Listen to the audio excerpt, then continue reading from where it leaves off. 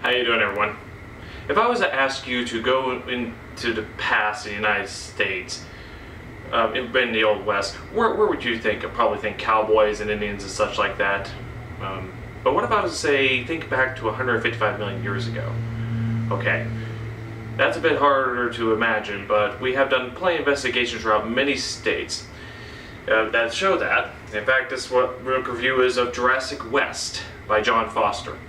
It deals with all the prehistoric fossils we have found throughout the Morrison Formation, which covers about 100 million square kilometers over Arizona, New Mexico, Oklahoma, Utah, Colorado, Wyoming, South Dakota, and Montana.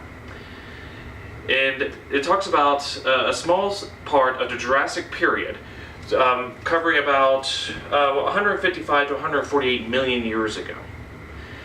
We've been digging at various spots of the exposed Morrison Formation for probably 125 years, which goes back to the Old West, with Othniel Charles Marsh, Edward Drinker Cope, and Barnum Brown, as many paleontologists at the time. Most common rocks that distinguishes this type of area would have to be, would be like a red mudstone, channel sandstone, a green-gray mudstone, as well as others. But those are the main three.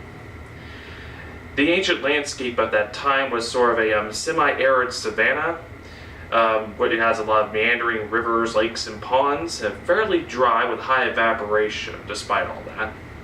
And it had probably a high water table, probably suggested that there were many aquifers at the time, keeping the water table up, especially during, after the rainy seasons.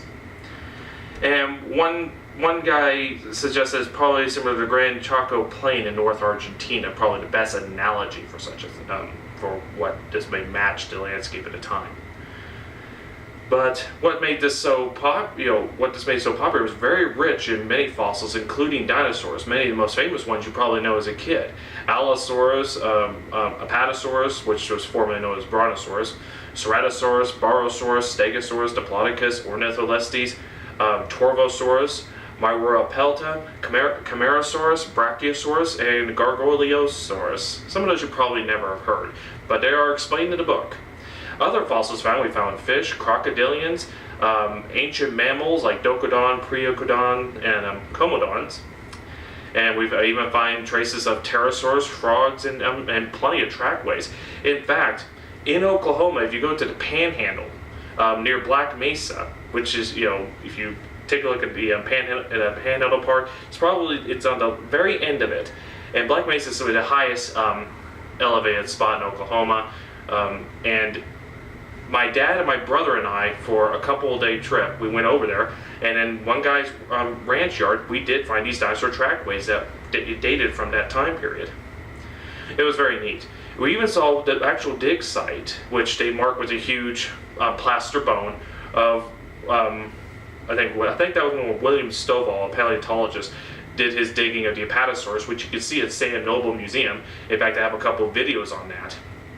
Some of the photos at the beginning intro is part of the San Noble Museum's collection. Let's see. Also, speaking of Allosaurus earlier, the Saurophagonix, which is a very large allosaur, nearly as long as T-Rex, also part of the Morrison Formation finds.